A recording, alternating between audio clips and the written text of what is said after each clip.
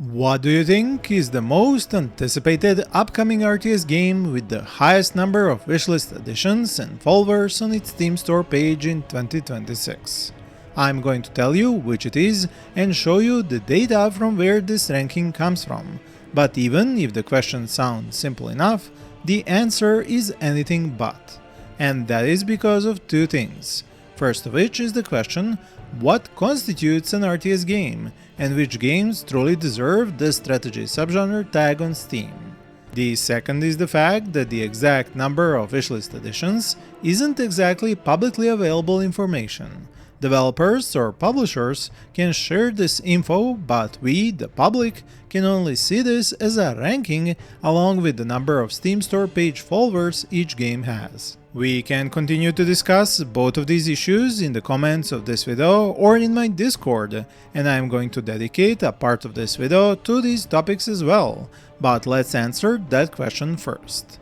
The most wishlisted upcoming game with an RTS tag right now on Steam in 2026 is Total War Warhammer 40k. But wait a minute, only half of a Total War game is played in real time. It is a hybrid after all, and even more importantly, there is no base building or unit recruitment in that real-time half of the game. It is done in the turn-based part. So, as you can see right at the start of making this video, I ran into a big issue.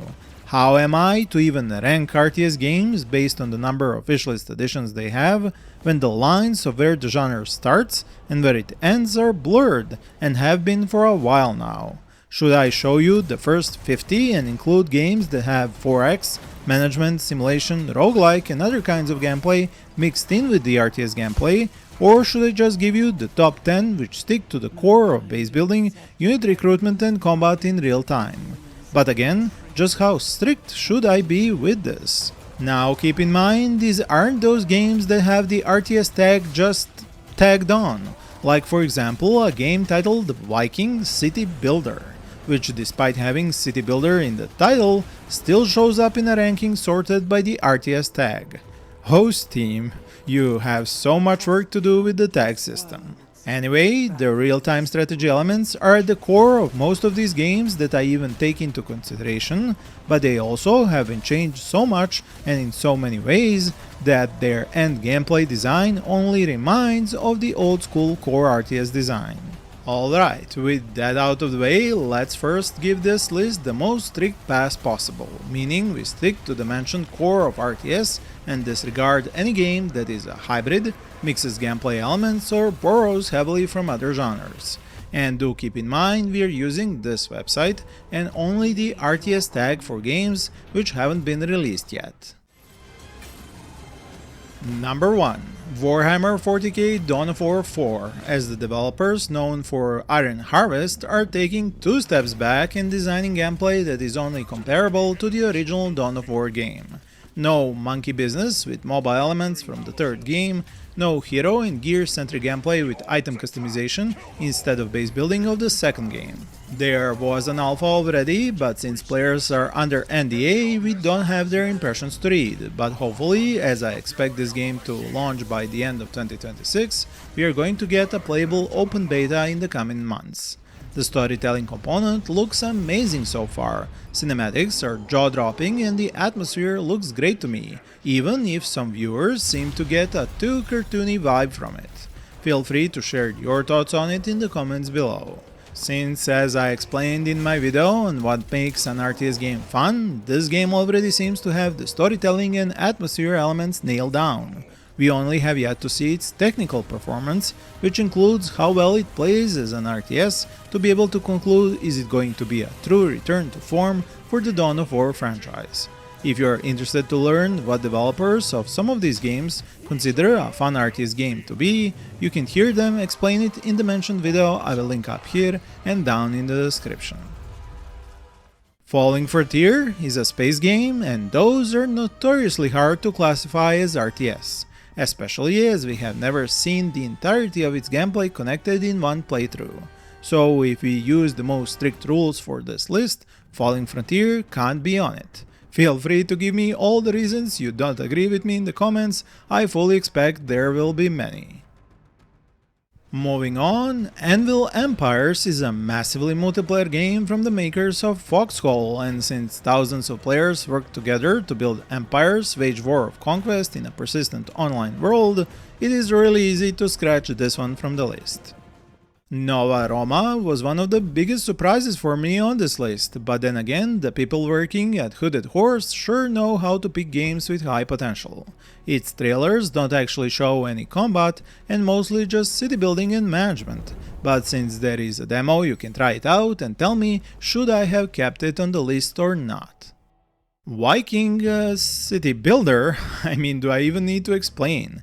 There are going to be more such games on this list, so when I skip them entirely, you shouldn't be surprised. Otherwise, this would be an hours-long video, as too many developers, or publishers for that matter, are too liberal with the use of the RTS tag on Steam. Finally, we come to number 2, Front RTS.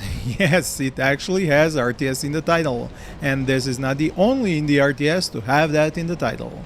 Is it a search engine optimization thing, or a relic from the game's long development? I don't know. But what I do know is that its incredible atmosphere is responsible for a large percentage of its wishlist additions. Its solo developer has been working on it for about a decade at this point, and from the looks of it, it's feature complete. The final polish is being applied right now, and I expect a release date reveal in 2026. I do have more updates on it, and I will share them with you in my next RTS news video, but keep in mind this is strictly a single player title. If you are not up to date on these games, that RTS News video series is one you should watch regularly and learn about all these games and see the latest gameplay footage, which I often receive directly from their developers. The next game of note is Fragile Existence, about which I have shown you the latest news in the last RTS News video. But considering its space setting and the strict rules for what constitutes an RTS game we are using for this list, I can't accept it for third place. There is a ground aspect in this game and even building and recruitment, but still we must move on. The actual number 3 for this list is Game of Thrones War for Westeros. It was announced with both a cinematic trailer and a developer video blog, and in that second video we managed to glimpse a few seconds of gameplay. From those few and short glimpses, basically everyone, me included, has concluded that this game is channeling some strong Battle for Middle-earth gameplay vibes. Both Battle for Middle-earth games and the Rise of the Witch King expansion for the sequel have the core gameplay aspects of RTS games nailed down, but with a strong addition of hero characters, which is expected considering its setting and theme. Since A Song of Fire and Ice shares similarities with Lord of the Rings, we can expect the War for Westeros to keep this hero character-centric combat gameplay with units organized into squads. But let's hope we get a proper gameplay trailer soon to confirm all of this. Number 4 is D.O.R.F Real-Time Strategic Conflict. Despite its old-school graphic style, or maybe precisely because of it, it has become one of the most anticipated RTS titles on my channel and across the genre. Its gameplay does stick to the core of RTS, but with one important twist: the focus on logistics and base building. It too, like Front, is focused on single-player content and campaigns, and I have already done one interview with its developer, which you can watch if you click on the card on the right or the link in the description. I do have another interview lined up with them soon, and I hope to show you some fresh footage as well. If you have questions for the dev, feel free to add them in this video's comment section and I will ask. Also, do let me know what it is about this game that draws your attention the most. The gameplay, the 3 unique factions, the naval warfare perhaps. Number 5 is Sanctuary Shattered Sun, and it too will have naval units and battles which include this aspect, but on a much bigger scale. This, as are most games on this list, is an indie project and it is going to have a playable demo in 2026. I will make sure to let you know as soon as it goes live. Along with massive scale comes streaming economy and mega-sized Tier 5 experimental units. Its core RTS gameplay is upgraded by several elements. First of all, the setting is a Dyson sphere megastructure around the sun, and besides blowing up the terrain and dropping enemies into the sun below, you can also flash freeze oceans, and we can expect more such amazing features as development continues. While fans of such gameplay continue to play Beyond All Reason, Zero K and Supreme Commander Forged Alliance over at Forged Alliance Forever community project, I think this new game will offer all of them a great new playground. Number 6 is ZeroSpace. I have already talked about this upcoming sci-fi RTS in many of my videos and lately shown you its newest gameplay footage from its last closed playtest. But starting on February 23rd, you will be able to test it out for yourselves during its open demo. The full game is going to feature 4 distinct factions, while for now 3 are completed, along with 7 mercenary factions and 10 hero-like specialists. These mercenaries and specialists are open for you to mix in with those main factions, letting you create many sub-factions of sorts, opening up possible combinations for a very dynamic and versatile gameplay in multiplayer, for which the game has several kinds of modes. But perhaps more importantly, these devs understand the importance of a high-profile cinematic and storytelling campaign, and they have already made a lot of its content, including cinematics, characters, storylines, missions, and much more. You can learn a lot more about these in my videos on ZeroSpace, linked below. Number 7 is Empire Eternal. This is a reimagining of sorts of Empire Earth, a game franchise that ended a long time ago, but its fans are many and very interested in the gameplay where you start in the age of sticks and stones and end your playthrough with nukes and aircraft carriers. It might remind of some other famous RTS franchises, but its main difference is this real-time change of both units and buildings through a large number of epochs. It was started as a solo indie dev's dream, but it is fast becoming reality as not only did they find a publisher, but also helping hands. I know a lot of you are very interested in this game and I do have an update about it coming up in my next RTS news video, so stay tuned in. The next important game of note is The Last General, but because of its wargame aspects and ability to control units in third person, be they a tank or a single soldier, I can't include it directly on this list. I know many of you are impressed by this solo indie dev's work, and I hope he finds an equally impressed publisher to get funding and help. Of similar importance to mention are both Calyx and Strategos, the latter of which is coming out on the 20th of January on Steam with some amazing real-time combat gameplay in which you command huge ancient armies in a gameplay system you certainly will recognize by the looks of it, but which doesn't actually function as you expect. On the other hand, in Calyx, which you should be able to try out once again during January, the gameplay does function as you would expect, collecting resources, constructing bases and recruiting units, but the enemies you fight are totally different to anything you have played before, so I warmly recommend you try it out. Number 8 is Ashes of the Singularity II. This is another upcoming sci-fi RTS, which I have already had a lot of chances to try out and test its massive scale combat with a territory control system. As I have shown you in my previous videos on it and in my interview with its developers, it is going to feature both single and multiplayer modes, including a storytelling campaign. While the territory and army control systems and limited slots for building construction do change some of the main aspects of RTS gameplay, I still consider this game to be close to the core RTS game design, which is why I have chosen to give it this spot. You should feel free to tell me in the comments, would it be on your list of top upcoming RTS games, or would these elements disqualify it? Number 9 is Global Conflagration, and it is safe to say that it is one of my favorites considering the number of videos I have made on it on my channel and the amount of hours I have spent in its half a dozen playtests over the years. These two indie devs, who have been working on it for years with no publisher support, have mixed gameplay from several fan-favorite RTS franchises and created a hybrid that plays amazingly. Perhaps even more importantly, they have dedicated a lot of their limited resources to not just making a very good multiplayer mode and skirmish AI, but also a proper single-player campaign. They know what a good campaign means to most RTS players, and they plan to deliver one.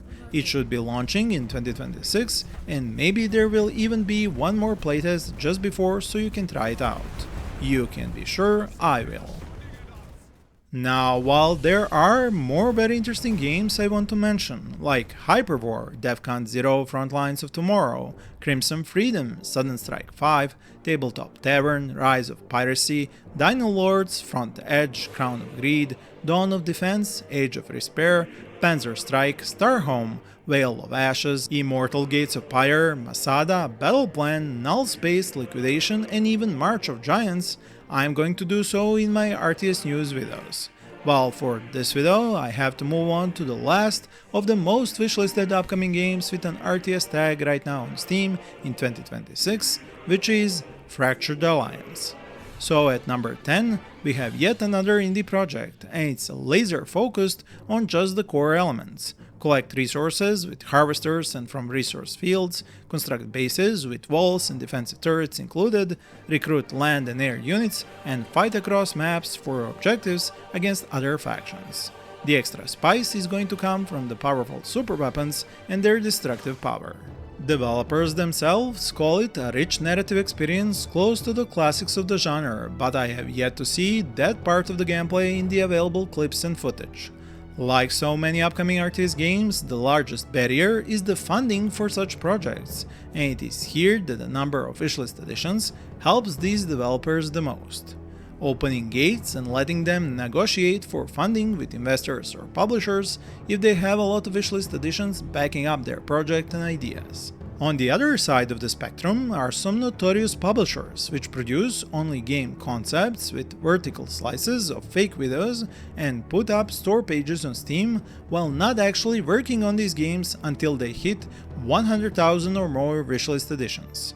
I could single these out and show them to you, but I don't want to shine the spotlight on such projects and practices. So, there you have it, 10 of the most wishlisted RTS games on Steam which stick to the core design philosophy and gameplay of real-time strategy games with base building and unit combat. But as you know me, I couldn't have not mentioned all those other ones which I feel are deserving of our attention. Who knows, some might just become our favorites. Do let me know what you think of these and where the line or border of the genre should be set, and did I draw it too high in making this list.